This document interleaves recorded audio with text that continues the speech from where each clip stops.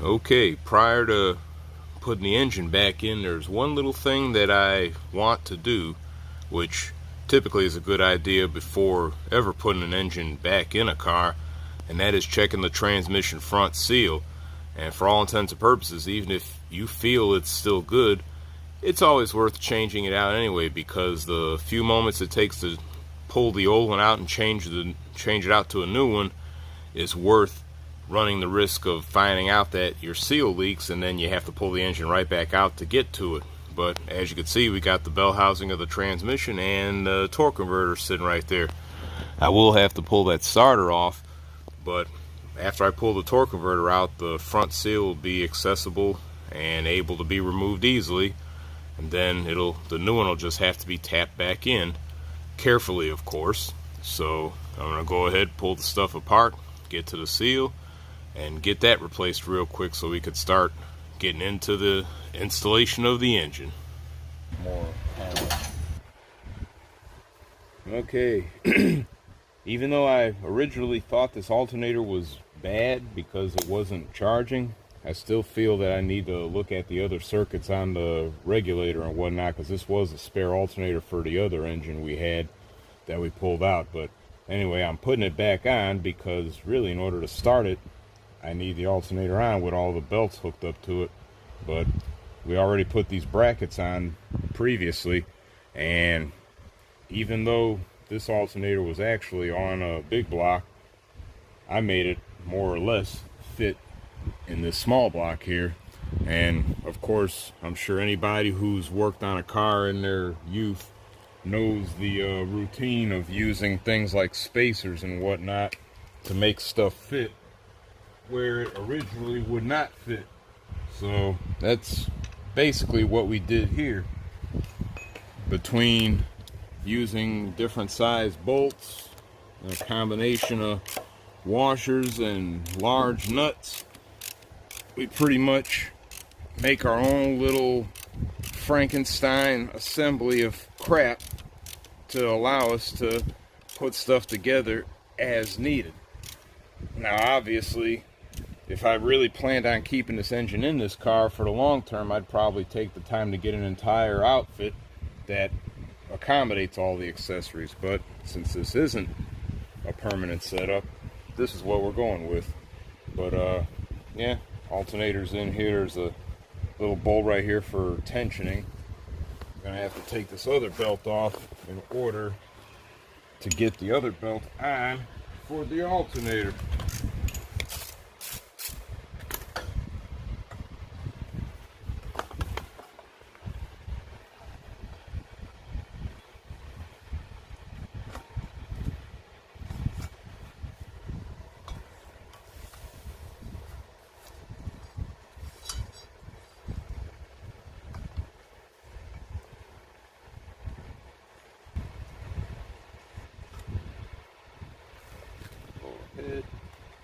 First we get this one tensioned.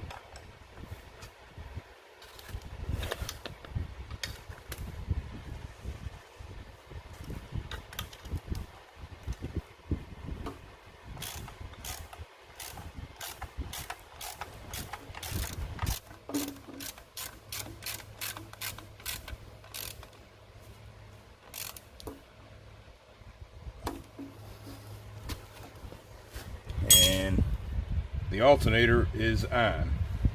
So I'm gonna wrap up some painting on the motor mount brackets. We get the motor mounts on and get the crane over this thing and our adapter plate on the carb spot there on the intake, so we can lift this thing up and start putting it in.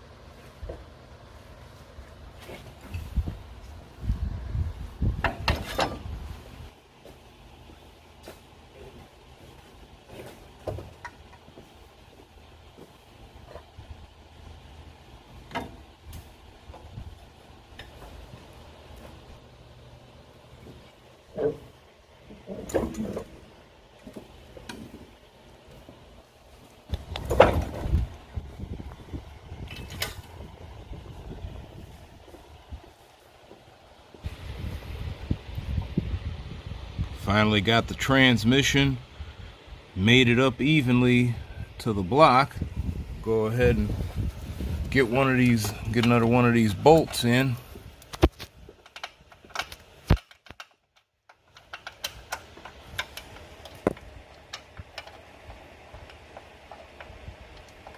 Some people prefer to take the whole powertrain out, but sometimes that could be just as much of a pain in the butt as just doing what we're doing right now with just pulling and replacing the engine. But we got it though. Just got to tighten up all the bolts for the bell housing, motor mounts, and then we can start putting crap together. Well, after going back and forth and scratching my arms up and dropping wrenches, I finally managed to get these bell housing bolts, 4 in total, installed, tightened up, and the engine and transmission are mated together. Still got to go back underneath and put the motor mounts, the bolts back in for the motor mounts in actuality. Then put the torque converter bolts in on the flywheel and start hooking all this other shit up. So we're gonna continue on with that.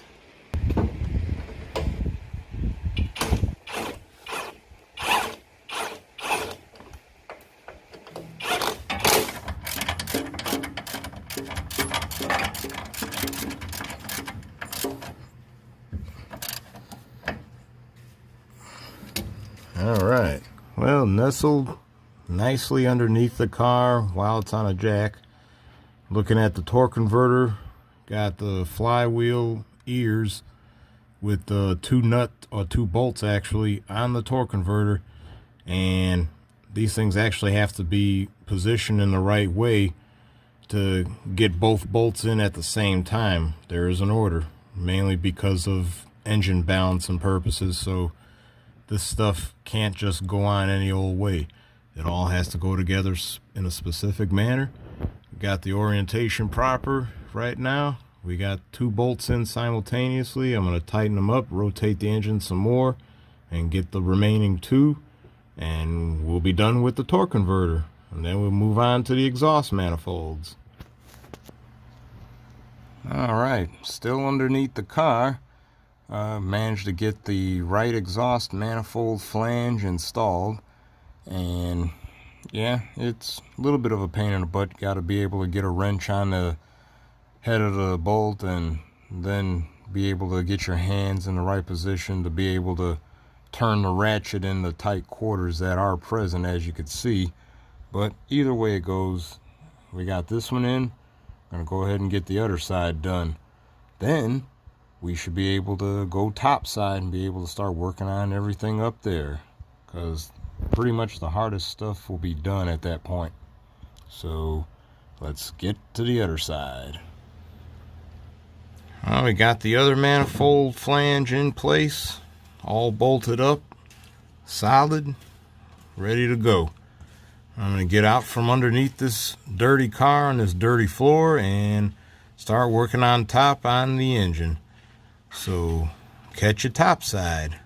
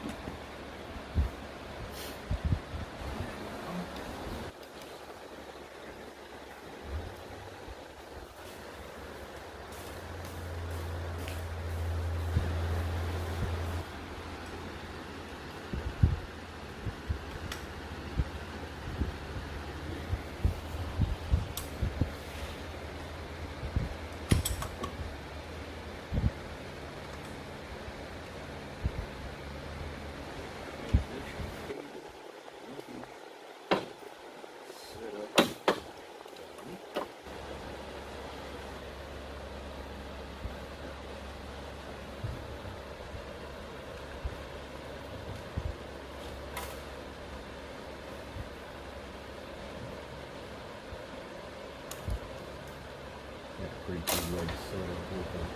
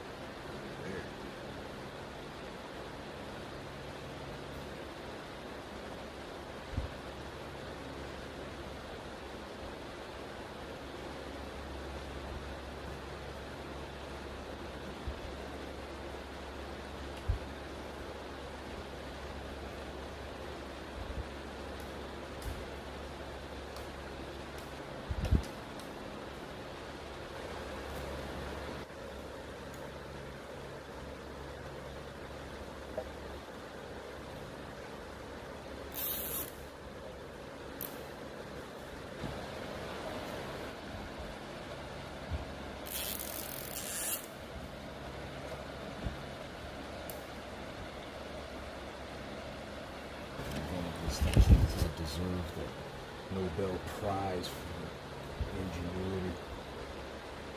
Zip ties are the best thing out there.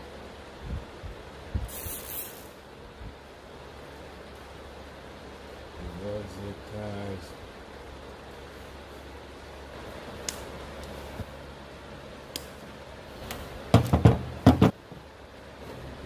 Put our alternator back up as well.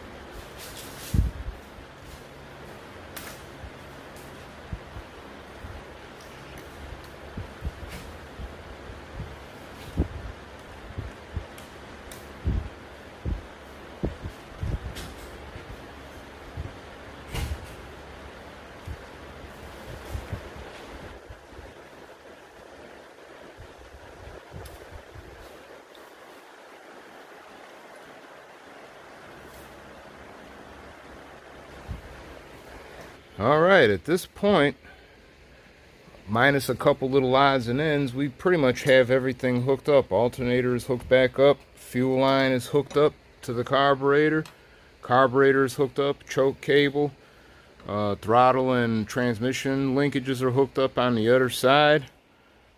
The rad is in with all of its associated hoses and tubes.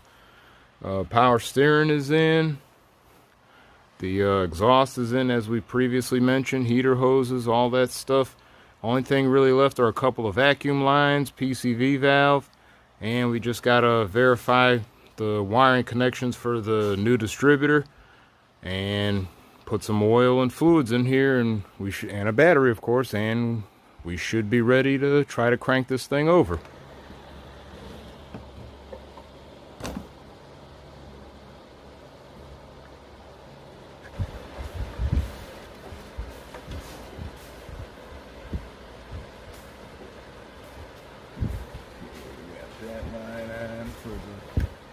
Distributor. Well, for the time being, I'm gonna actually put this side post battery we got lying around into the car because we're actually using the other battery we had in here. But for right now, the side post will work fine because the posts are where they actually need to be to work in here. So obviously, for those that know anything about car electrical, you gotta have a ground. So we'll go ahead and get our ground.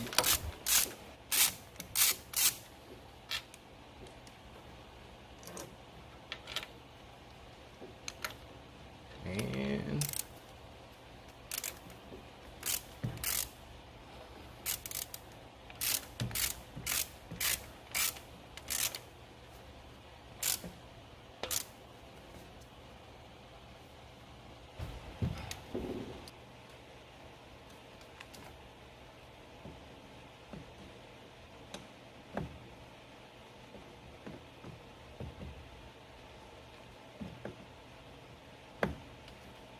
be easy with these things because these treads are easy to strip.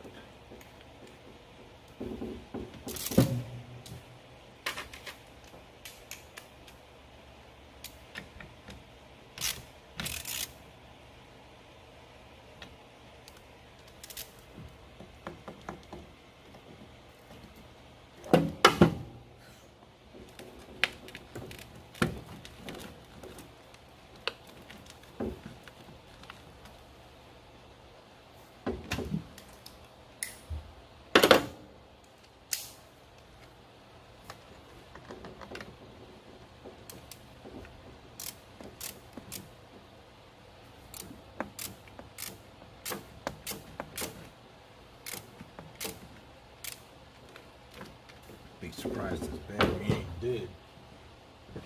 That's all I wanted to see. I just wanted to make sure this engine was going to spin over with no issue.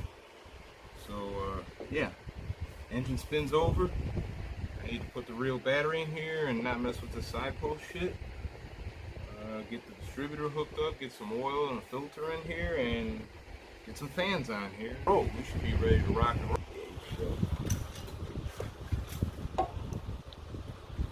Go ahead and put us our fan in. It's one of those little generic universal fans. Actually,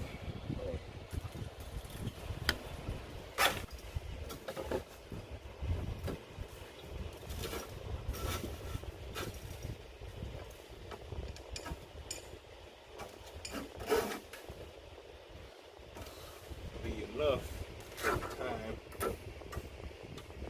just for test purposes. So, got the fan on. Got some of the wiring right here. Eventually gonna have to splice into all of this in order to be able to hook up a second fan. But we'll go ahead and splice this together and at least say we got some coolant hooked up. Alright, as you can see, we got the hood back on, and most everything else is connected as we stated before.